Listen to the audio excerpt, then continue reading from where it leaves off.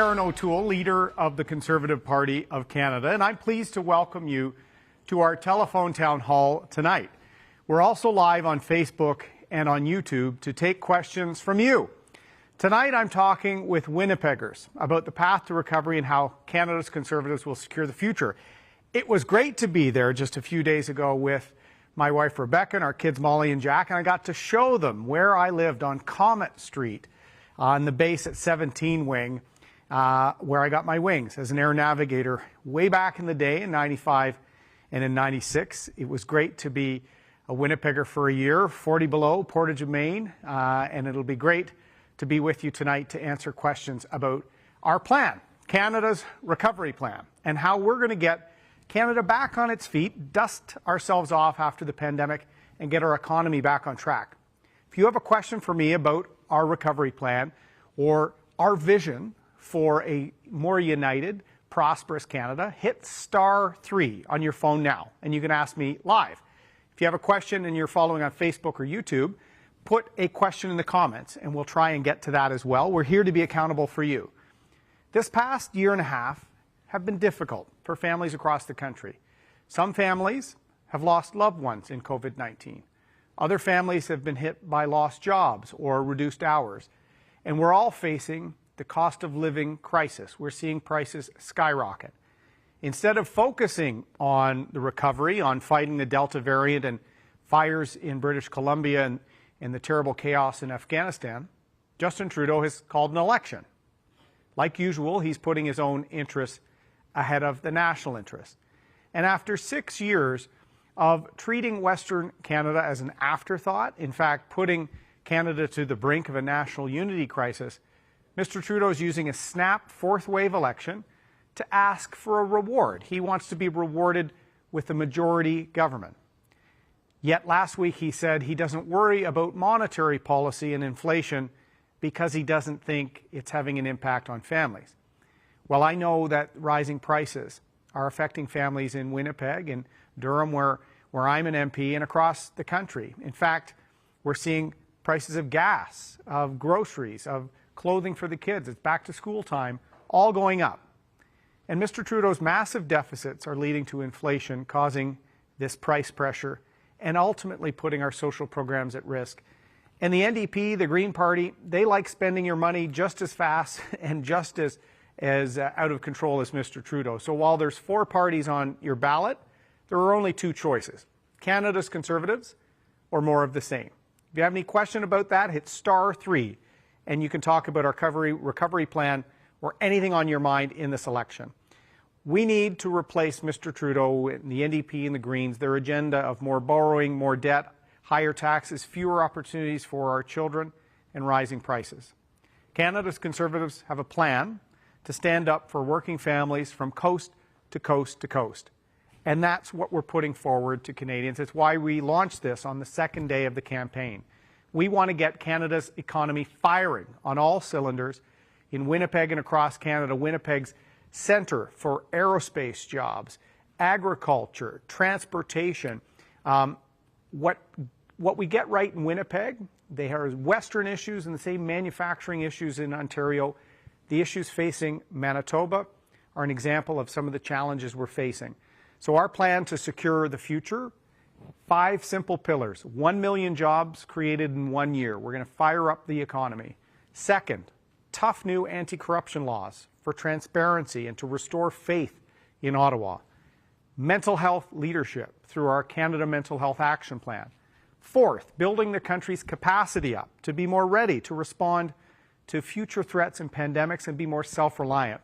And fifth, we need to secure the economy by balancing the budget over the next decade so we don't bankrupt our children and our grandchildren. So this election really is about who do you trust to secure the economic future of your family. As I said earlier, we can't afford more of the same with Mr. Trudeau, the NDP, and the Greens. Only Canada's Conservatives have a plan to get this economy back on track in all sectors of the economy and in all regions of the country. So I'm really looking forward to the discussion tonight. Once again, you can hit *3 or leave a comment on Facebook or YouTube to ask me a question live.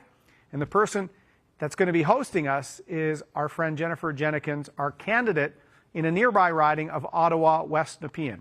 Jennifer. Thanks, Erin. I'm Jennifer Jennekins, your Conservative candidate for Ottawa West Nepean. I support Erin O'Toole's vision for Canada, and I'm proud to be part of his team. Erin was raised in Bowmanville, Ontario, a community with middle-class values of hard work and helping your neighbor. He served our country in the Royal Canadian Air Force for 12 years.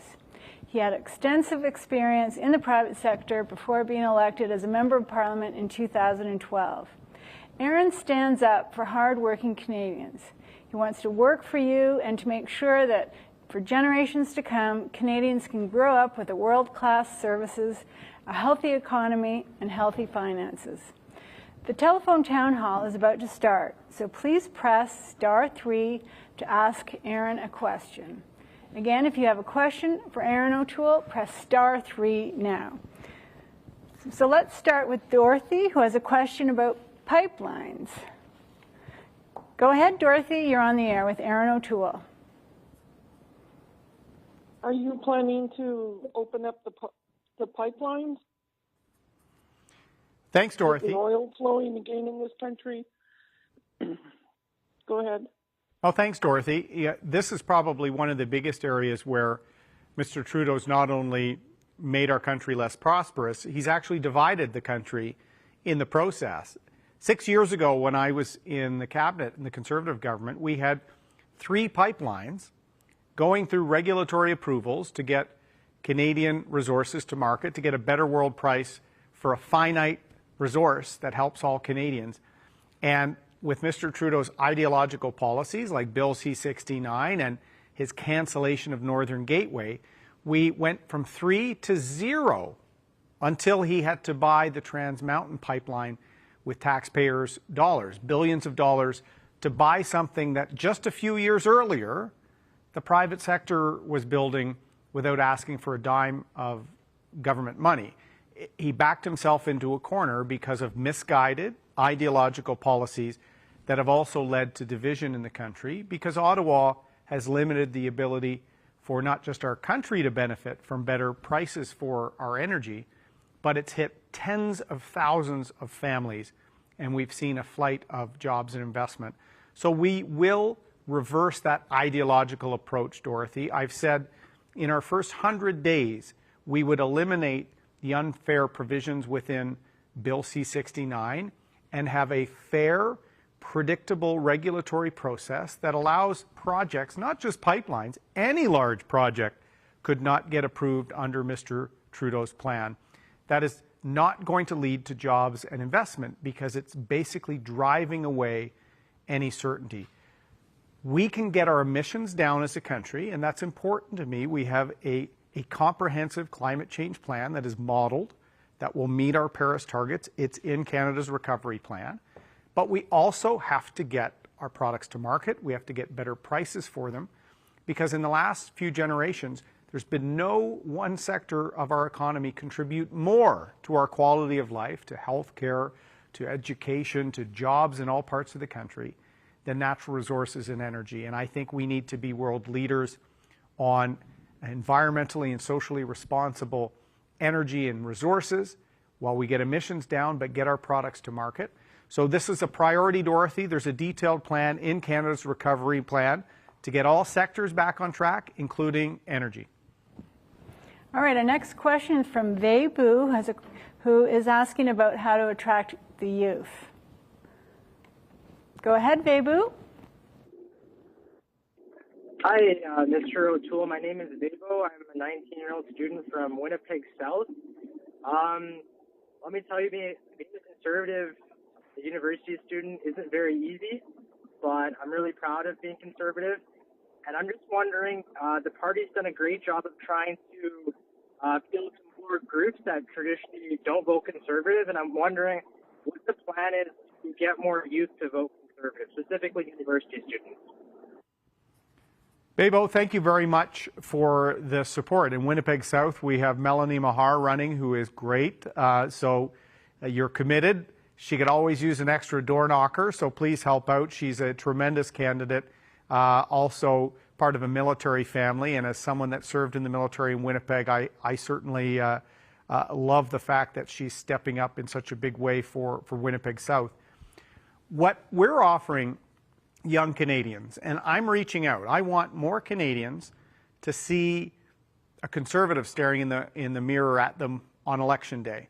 That means more young people, more women, more new Canadians who may not have voted for us in the past. But what did you get with a vote for Justin Trudeau? You got a litany of broken promises on everything from the public finances of the country to clean drinking water on reserves to running an ethical government. Transparent by default is what Mr. Trudeau used to say. Now he's cover-up by default. Everyone has been let down by Justin Trudeau. My friend Jody Wilson-Raybould just retired from politics. Just one of several people disappointed with what Mr. Trudeau promises. The lofty rhetoric is not matched by his conduct or what he delivers as Prime Minister. So for young people, Mr. Trudeau's put $500 billion of debt on their shoulders. He's giving them less opportunity to find a good, meaningful job, not an Uber-type part-time job. We want to see long-term employment that you can build a career and build a family and build your opportunity in Canada. He's giving them less opportunity to own a home, harder time keeping up with the cost of living. So in Canada's recovery plan, we actually have a plan that will get young people established. I don't want to give up on any generation from having the opportunity to own a home, whether in Winnipeg, whether in Vancouver, Toronto, Halifax. And we've got a plan to help first-time home buyers, to give longer mortgage terms, to address some of the foreign ownership that's driving costs of housing up. And we have to get our public finances in order because the next generation is going to be saddled with Mr. Trudeau's overspending. And our economic plan, our job surge, our ability to get people working. I want people to be able to get out of school, handle their debts, get into a home, and have a rewarding career. That is all in Canada's recovery plan. So, Bebo, I want more young people taking a look at the Conservative Party. We have a new leader. We have a new approach. We're reaching out. We have a plan.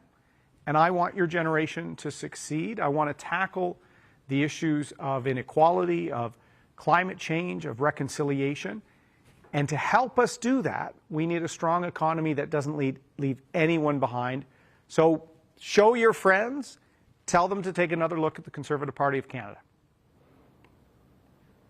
All right, I have a question now for our audience. If Erin and the Conservative Party can count on your support, please press 1. If you're supporting another party, please press 2. If you're not sure yet, please press 3. And now we'll get back to Erin with more of your questions.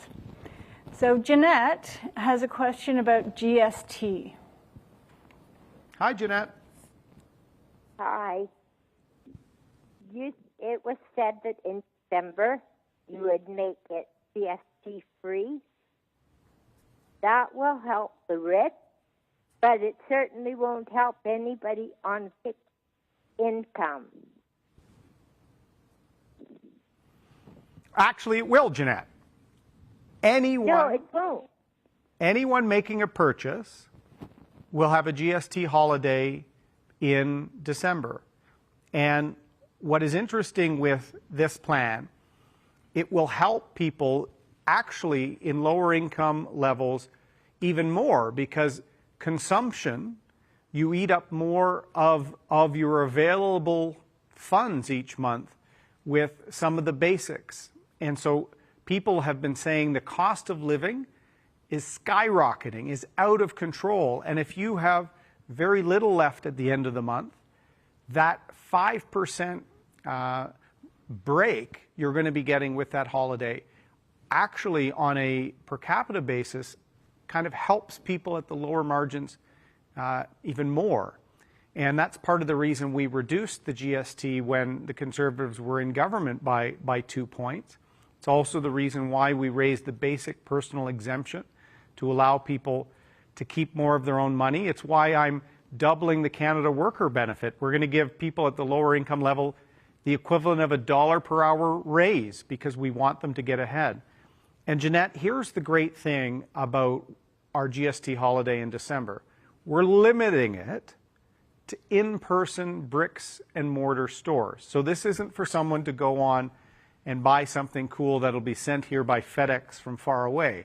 This is going down to a place, a store by the Forks in Winnipeg, something downtown, something in the suburbs that you want to buy, maybe that gift for under the tree at Christmas.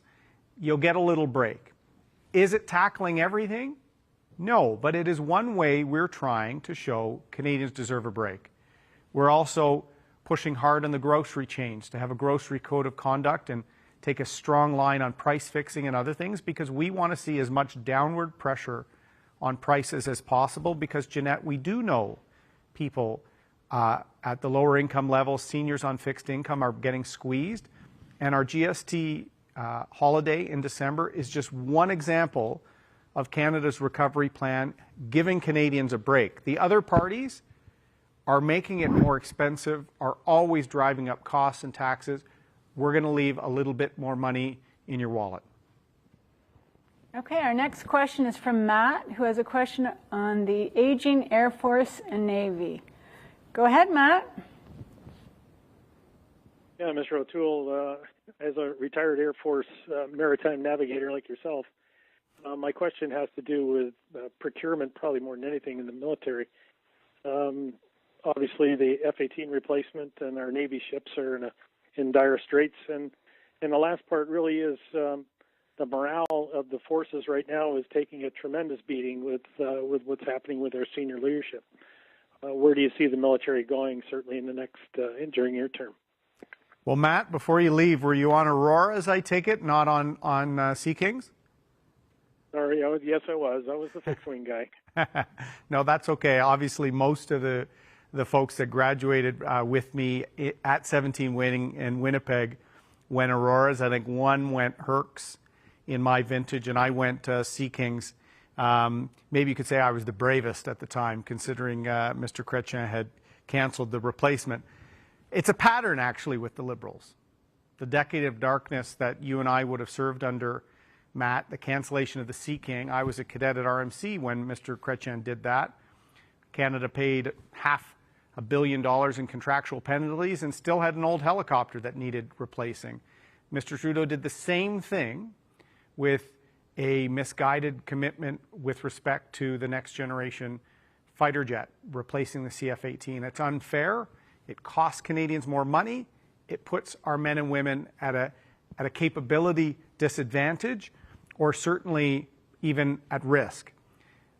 Right now we have, I think, the worst defense minister Canada has ever had. He's lied to Canadians on countless occasions, including making up a capability gap about our fighter jets when he went and bought used jets from Australia.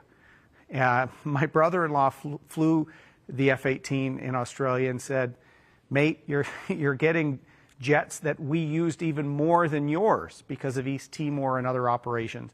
Mr. Trudeau's made us a bit of a laughing stock, and that's been the case with Liberals. Our used submarines, it's unfair to our men and women in uniform. And with the shipbuilding, first thing the Trudeau cabinet did was tried to kill the contract at the Davie shipyard to give us a temporary auxiliary tanker so that we could have a true blue water Navy. I will make sure our men and women have the equipment they need to do their job. I will also make sure that there's accountability for sexual misconduct and a culture of covering that up in the Canadian Armed Forces. This is important to me, not just as a veteran, but as a father. My daughter and I talk about my time in the military.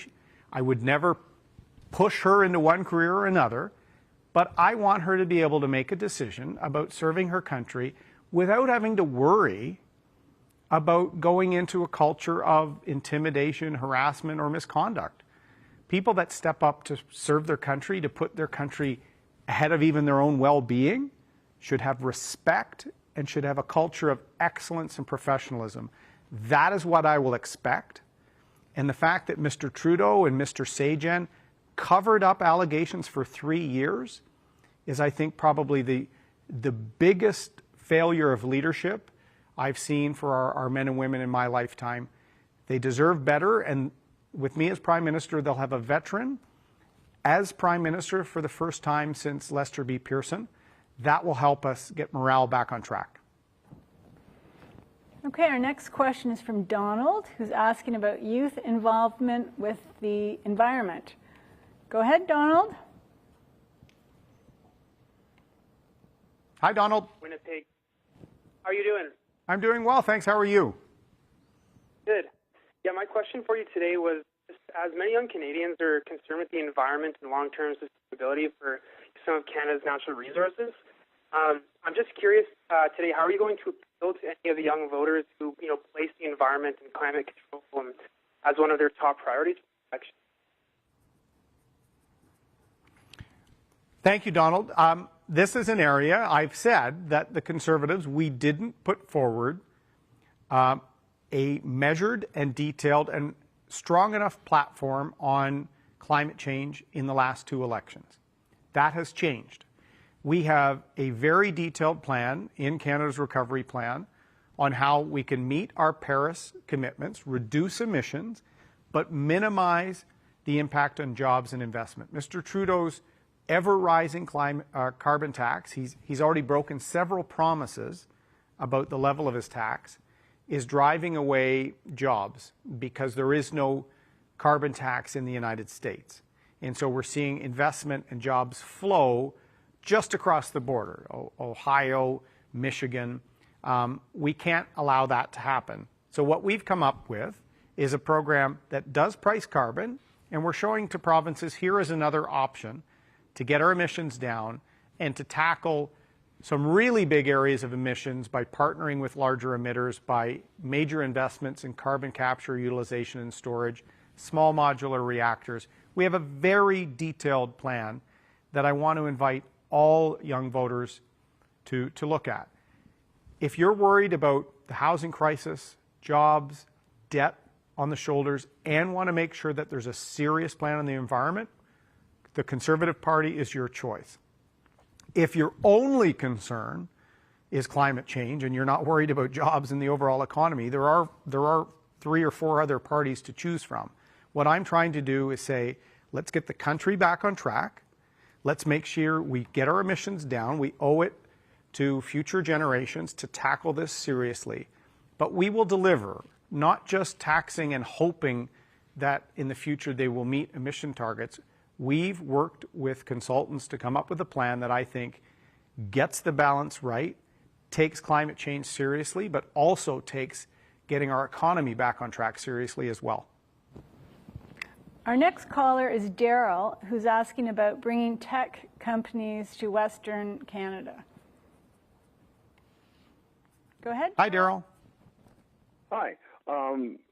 Yeah, I'm just wondering what is your plan to get tech companies and computer programming and future planning for our youngsters and our young people that are coming out of school that have these programming courses, but there's no jobs like here in Winnipeg or in in other provinces in the West here.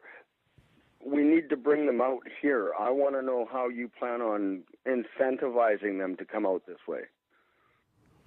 Well, that's a great question, Daryl. And I want you to know when we created Canada's Recovery Plan, it came as a result of us not only having dozens, literally hundreds of meetings developing this policy, reaching out to employers, business organizations. We spoke to some in different parts of the country. So we met with Skip the Dishes and some of the tech startup hub in Winnipeg. And so we did similar things in Vancouver and elsewhere. And that came into our innovation plan that is in here in Canada's Recovery Plan. I'll refer you to page 28, Unleashing Innovation, where we're going to give an incentive for people to develop intellectual property here in Canada and develop jobs here based on really advantageous tax treatment if they continue to use their IP here. It's called the patent box approach. We're also going to use incentive to get private sector money, company money on the sidelines into the economy to help startup companies scale up, whether in Winnipeg, as Skip the Dishes did, or in places like Kitchener, Waterloo, Vancouver, Montreal. Even Fredericton has a great hub on cybersecurity, for example. We have to unleash this innovation, not by someone in Ottawa, like Mr. Trudeau or his minister, to say, this town or this city is going to be a cluster for this issue, the super cluster. We need to unleash that innovation where it is on the ground, where it is in our universities, where it is in already little hubs around the country.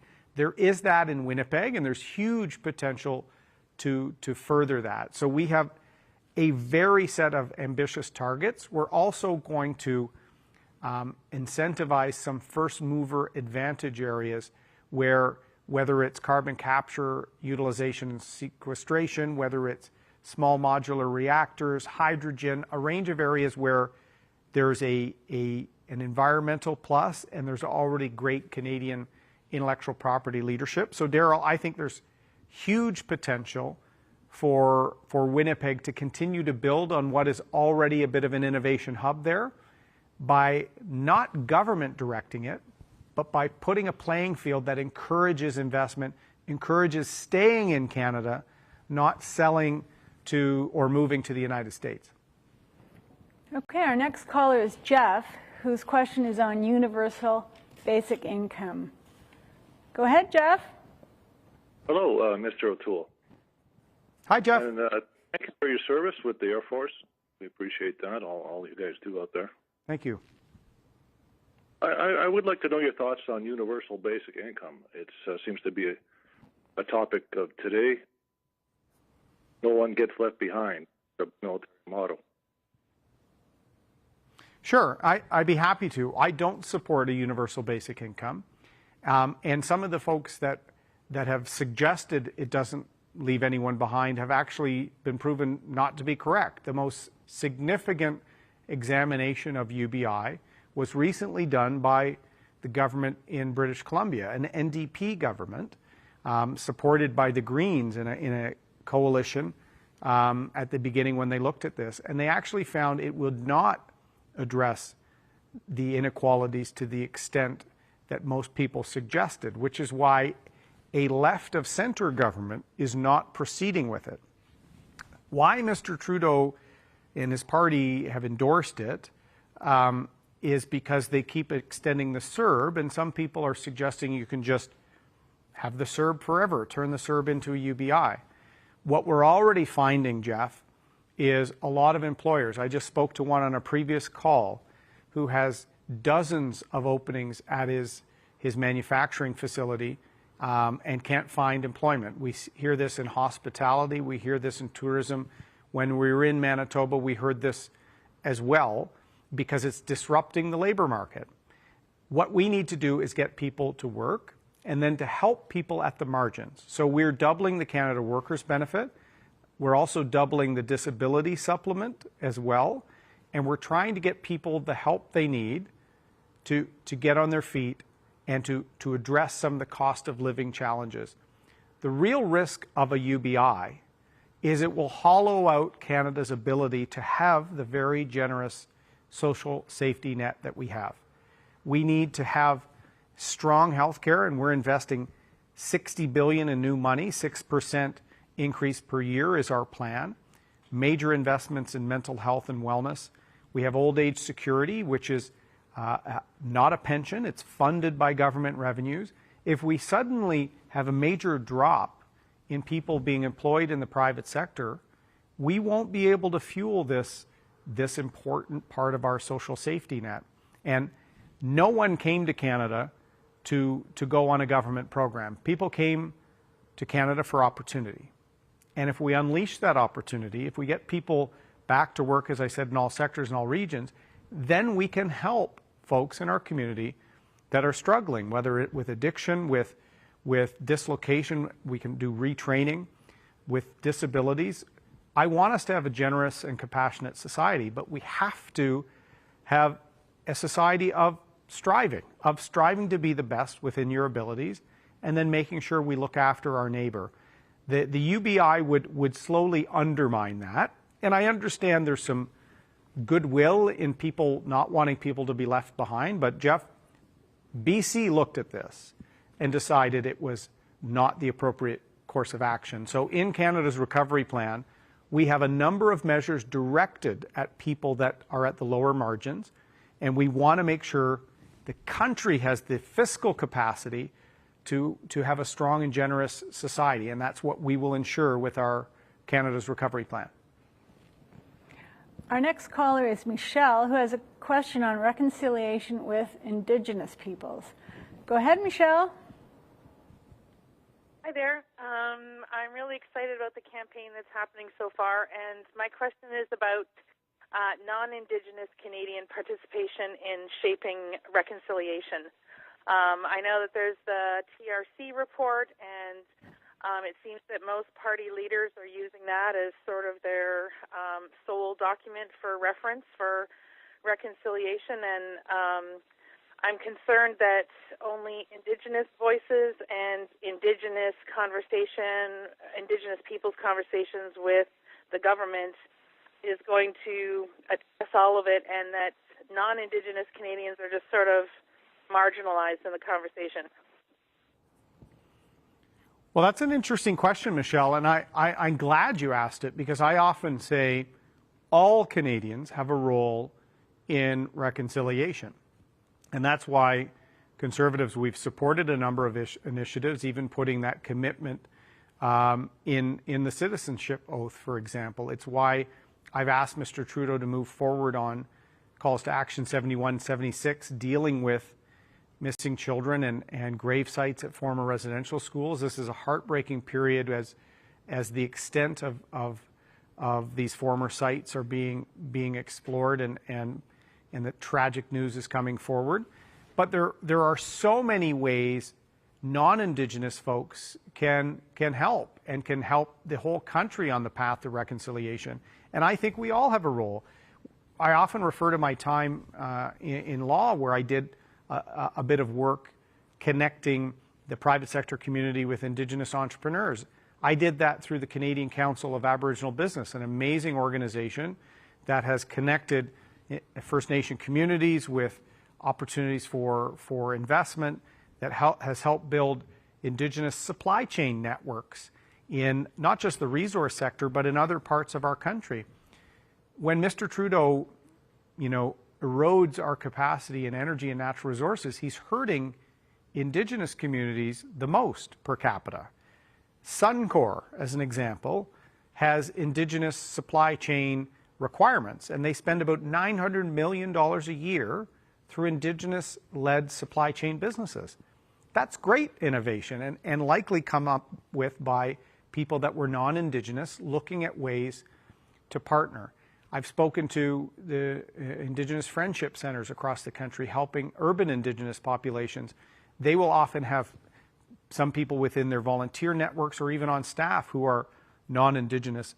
I think we all have a role to play here, and it's time for concrete action, which is why I've said I want Indigenous governance to oversee some of our commitments here, because I really worry there is almost, as we've seen with Mr. Trudeau, he'll say, I'm moving on all 94 calls to action. I'm ending boil water advisories. I'm doing this, but then he has no plan to deliver. And I think that sets back reconciliation. So we need governance. We need all Canadians to play a role. And this will be a centerpiece of what we do. And Canada's recovery plan has several specific initiatives that I think will really ignite economic reconciliation, which I think can be a real boost for all parts of that journey. Okay, we're going to get back to Erin in just a moment again, because I have a question for our callers. If Erin and the Conservative Party can count on your support, please press 1. If you're supporting another party, please press 2. If you're not sure yet, please press 3. And if you're really not sure and you have a question, hit star 3 or put a comment. And if you've been disappointed and voted Liberal in the past, let us know what disappointed you. I often say the ethical scandals and the lack of a commitment on things Mr. Trudeau promised in the past is is leading to a constant sense of being let down and disappointed. Let us know if you are, because we want to restore your trust and earn your vote. Okay, so next we have Susan, who has a question on how you're going to pay off the debt in 10 years. Go ahead, Susan. Thank you. Good evening, Mr. O'Toole. Yeah, you said you were going to pay down the debt in 10 years, and you're going to create 1 million jobs. So my question is, are the 1 million jobs new jobs, or are they jobs that were lost during the pandemic? And are they going to help to pay down the debt, or are they going to have to be cut somewhere? Thanks, Susan. I'm glad you're holding me to account on the plan, and I'm happy to talk about it. So when you say debt, it's deficit. So we have an operating deficit, and every year that turns into debt. So our debt is over $1 trillion now. I'm not eliminating the debt in 10 years. That would be a big task. But we have to stop adding to it. Mr. Trudeau has added to it every year. He put on close to $100 billion of debt before COVID, in good economic times when we had high employment. Mr. Trudeau said he would never run a deficit bigger than $10 billion. He's never had a deficit even close to $10 billion. In fact, the last one pre-COVID was in the $35 billion range. Irresponsible is the hallmark of Mr. Trudeau's financial record before COVID-19. And now we have an out-of-control deficit with no plan, just continuing to kick down the road the same programs that were put together in an urgent fashion at the beginning of the pandemic. That is not leadership. Leadership is making sure we adapt, get people back to work as they can, have the back of people that are completely displaced, as we saw in some highly affected sectors, put the support where it needs to go, and not where it's helping friends and insiders like with the We Charity scandal. So our commitment, Susan, is to eliminate the deficit in 10 years. We're not going faster than that because we don't want cuts. In fact, we're going to spend on healthcare, on mental health, on wellness, and in the short term, we want to reverse the reliance economy, relying on government, to relying on opportunity. And so we're going to kickstart with our job surge and some of our target job programs to get the country back to work in all sectors. We're going to encourage employers to hire people who've been unemployed for a longer period of time. We're going to give them a bigger job boost to hire those people, to give them the chance. And that's where our job commitment comes. Coming out of the pandemic, there's 300,000 to 400,000 people still not employed, particularly in highly impacted sectors. And then there's several 100,000 more that are part-time or underemployed. And then Mr. Trudeau's ideological approach against energy, against resources, that has hundreds of thousands of people displaced from our economy. So I've said, and I say this all the time, I want to see an economic recovery in all parts of this country, including Winnipeg, and in all sectors of our economy. I don't think it's right for Mr. Trudeau, the NDP, and the other parties to pick or choose what parts of the economy should come back, build back better, according to what Mr. Trudeau thinks. I think it's better if someone has a job and an opportunity. And whether that job is in retail, in service, in hospitality, working hard, I respect that and honor that, and we will fight for those opportunities for people to provide for their family and their community. That will get people back to work. That will also allow us to tackle the overspending of Mr. Trudeau.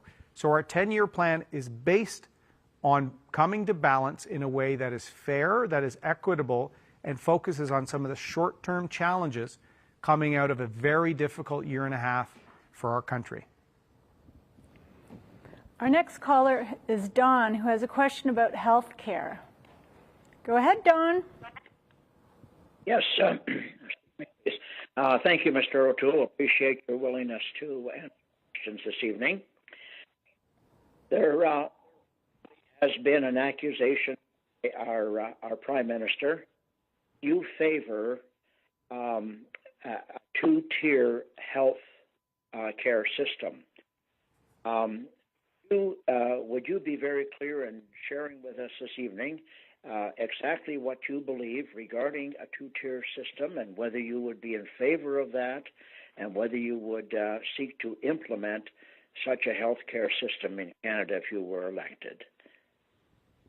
I'm glad you asked this question, Don, because there's already been some misleading allegations and mischief being played by the Liberals in a campaign we shouldn't even be in. Let me be perfectly clear. I 100% support our public and universal system. Full stop. Mr. Trudeau knows that, which is why Mr. Trudeau and Ms. Freeland misled people with a tweet and were caught. The first time that a global social media company has highlighted misleading conduct in a campaign in Canada is this Liberal campaign. It's completely disappointing, and it's a sign of a government that is run out of gas, has no ethics, and no plan. I'm happy to put my commitment to Canadians alongside Mr. Trudeau's any day. He called this election and has no plan.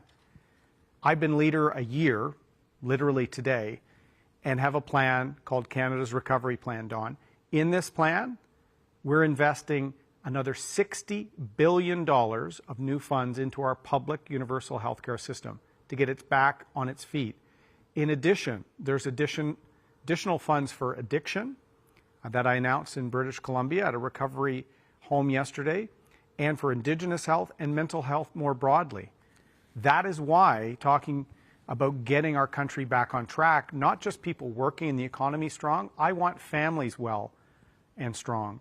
So the fact that I launched our plan with detail on day 2 and on day 8, Mr. Trudeau's lying to people about my plan and about my own record shows we deserve better in our Prime Minister.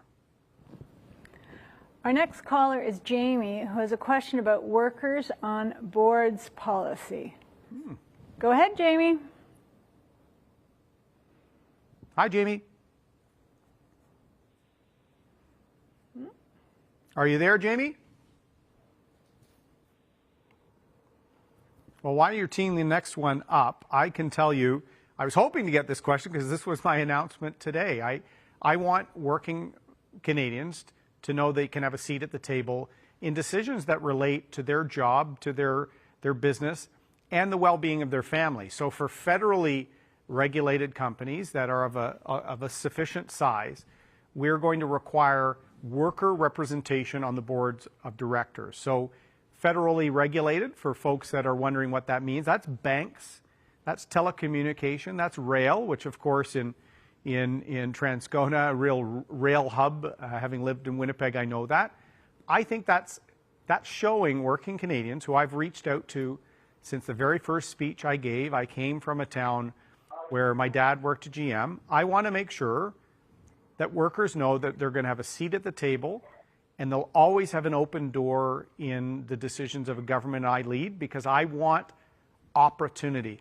Whether you're in a unionized workplace, whether you're a small business owner, I want to get this country moving again, and that's my commitment with respect to our announcement today on boards. Okay, our next caller is Grace, who has a question about long-term care facilities. Go ahead, Grace. Hello, Mr. O'Toole. Hi, Grace. Please have this opportunity to bring forth the issue of long-term care homes across Canada. They have been in a deplorable state, and I would like to know if federal government plans to do anything about it, especially in the area of physiotherapy. Great question, Grace. And this has been an area where the pandemic showed serious weaknesses and serious gaps in our systems across the country. Each province has unique needs. And of course, in my own province of Ontario, when the first wave hit, we weren't ready. And long-term care is an area that we have to learn the lessons. And as a federal government, we will be there as a partner, which is why we have a commitment in Canada's Recovery Plan of increasing health transfers to the provinces by a minimum of 6% each year, and allowing the provinces to build up capacity in long-term care. They know the needs of their system, whether it's the capital in Winnipeg. They know it much better than the bureaucracy in Ottawa. So we want to partner here and not have an Ottawa knows best, but we do want to see an approach for long-term care and filling the gaps. On services, health services like physiotherapy and other things, those are decisions about the provincial system and what services may be covered at what amount. We want to make sure the provinces have a predictable and ever-increasing amount of federal transfer so that they can make the decisions and serve the needs of their population. And that's something we're guaranteeing in Canada's recovery plan. We're going above that, Grace, in a few areas related to mental health, to work with some nonprofits and some providers on the ground. We're going a little further on addiction. But really our focus on building long-term care capacity, we're earmarking some money specifically for that, but we really want the provinces to take the lead, and any way we can bring together the provinces to tackle this together, that's how we will act as a federal government. So I have a question again for our callers. If Erin and the Conservative Party can count on your support, please press 1. If you're supporting another party, please press 2. If you're not sure yet, please press 3. So our next caller is Gurdeep, who would like to know a little bit more about minority governments. Hi, Gurdeep. Hey, how are you, my friend? How are you doing? I'm doing very well. How are you? Fantastic. I am so thrilled to see how this campaign is running along. You started off quietly in the background, methodically pushing the message, and as my good friend John Rays and Rod Bernouge know, that Melanie is going to be knocking over Mr. Dogood, taking back Winnipeg South.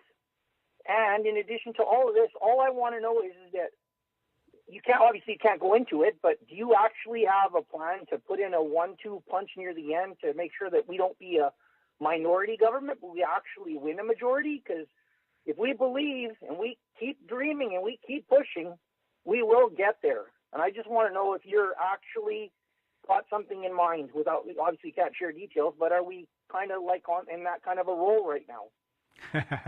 Well, thanks, Gurdeep.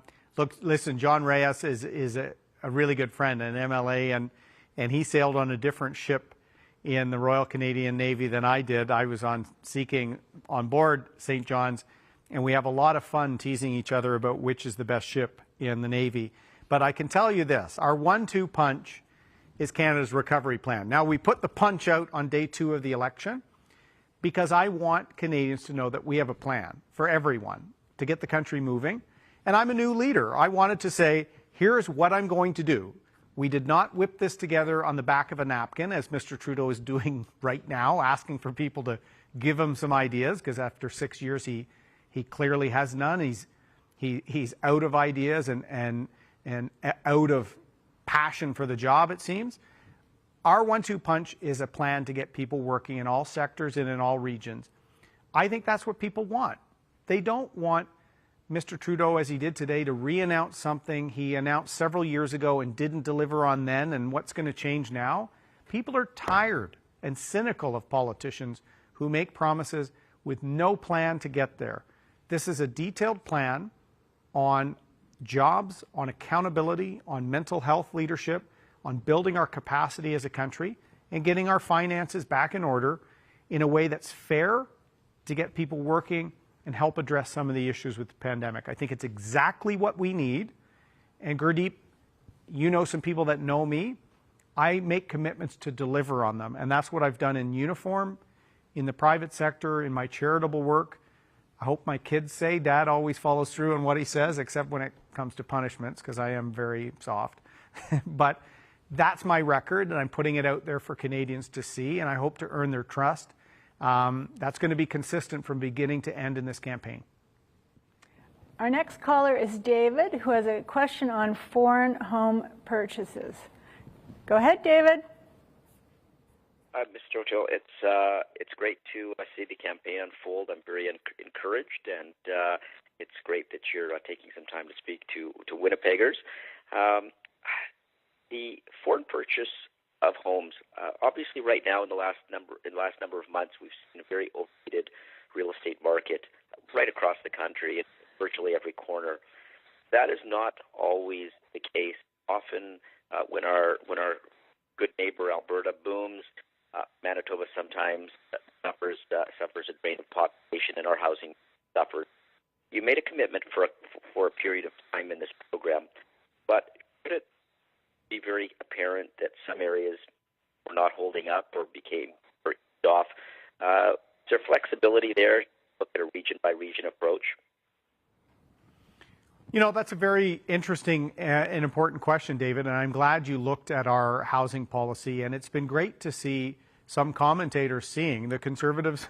We put together a very substantive and thoughtful set of policies to tackle the housing crisis. We're the only party that has done that.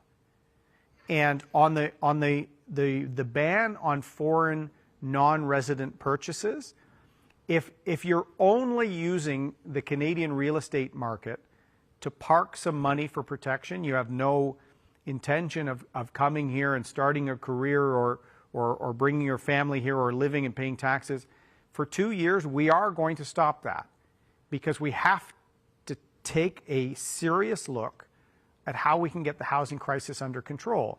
And we think a 2-year period can allow us then to reassess that. And what you're saying, David, is something that we did hear in our consultations and our work on this. Should this have been just something we did with respect to BC and Ontario and some places that were particularly impacted? We didn't think that was the way to do it. We think it should be a 2-year pause on this concept of parking money in Canada. In BC, there's also an inquiry underway on the fact that money laundering in some ways was also being part of one of the pressures on the real estate market in the Lower Mainland. So we think for 2 years, it's a pause. It also lets us get our million homes in three-year commitment rolling with specific other policies, lets us make some changes to mortgage rules and terms, get the other aspects of our plan in place. And then after 2 years, we would work with the provinces to see, did this have any negative impact? It is an unusual and bold move, but this crisis needs action. A 1% surcharge on a transaction is basically a nuisance fee for people that have that much money that they're just stashing away. We're going to ban it for 2 years and reassess after that. Okay, our next caller is Brian, who has a question on electric vehicles. Hi, Brian. Mr. O'Toole. Hello, Mr. O'Toole. In the summer that we've had in Manitoba, it's been very evident that climate change is kind of upon us. And I was wondering, did the Conservative Party have any kind of program in the future, anything like that, in regarding to electric vehicles, and maybe even for electrification of houses and stuff like that? And since we have such a big utility of Manitoba Hydro, which basically is, got three new power sources there that they've put online. Something that helped the province of Manitoba become more of a half province as opposed to being a have-not, which has too long. Great question, Brian, and I agree. We're seeing the impacts of climate change now. We're seeing that with more frequent droughts and adverse weather events. We're seeing this in British Columbia with both the incredible heat wave and now the wave of fires, which is one of the reasons why I don't think we should be in an election that Mr. Trudeau called despite a crisis for thousands of families. So you've asked a very thoughtful question. I want to give you a thoughtful answer. I want you to go to page 78 in Canada's recovery plan. We have a very detailed plan on EVs, for example, or zero-emission vehicles that we're really looking at some of the work that both BC and Quebec has done. So we're creating a mandate with respect to 30% of light-duty vehicles sold to be zero emissions by 2030. We have some commitments on infrastructure and some investments on the hydrogen economy, which could also be very effective here for getting emissions down. And anything that can help us get a lower carbon future, particularly for electricity generation, is something we have to take advantage of. In fact, Ontario paid the price when, I think it was Bob Rae, canceled the Kanawapa Dam that would have had transmission between Manitoba coming down through northern Ontario to give Ontario yet another source of zero emission clean electricity. You cancel a project like that in the short term, it's hard to turn it back on. And if the transmission had been built, we would have had transmission and power for the Ring of Fire. So really misguided decisions with respect to power and provincial interties will really hold us back. So we have a very, very ambitious policy that will help us meet our emission target, but also unlock some innovation. And electric vehicles, lower emission technologies is a big part of our program, and we're putting some money where our mouth is on this, Brian. Thank you, Erin. I know the Conservative team is ready to deliver Canada's recovery plan and stand up for hardworking Canadians and their families. That's why I'm glad you're leading Canada's Conservatives in this election. We hope you found tonight's conversation useful. If Erin O'Toole and Canada's Conservatives can count on your vote, please press 1. If you're supporting another party, please press 2. If you're still unsure how you'll vote, please press 3. If you did not have a chance to ask your question, please stay on the line and leave a message for our staff. Your question is important, and we'd like the chance to respond to you. Well, thank you, Jennifer. Thank you for hosting, and thank you to folks in Winnipeg for being on our call tonight. We've got great candidates running for us in Winnipeg that I'm really hoping you can support. In Charleswood, St. James, where I lived when I did my training at the base, Marty Morans. Winnipeg South, Melanie Mahar. St. Boniface, St. Vital, Shola Agbola. Elmwood, Transcona, Rajan Karan. And Raquel Dancho in Kildonan and St. Paul's. We have many of the numbers we called tonight are in those ridings. And Canada's recovery plan, I talked a lot about everything from our GST holiday to pipelines, to the environment, to Brian's question on electric vehicles. We have a plan to get our country back on its feet after COVID-19.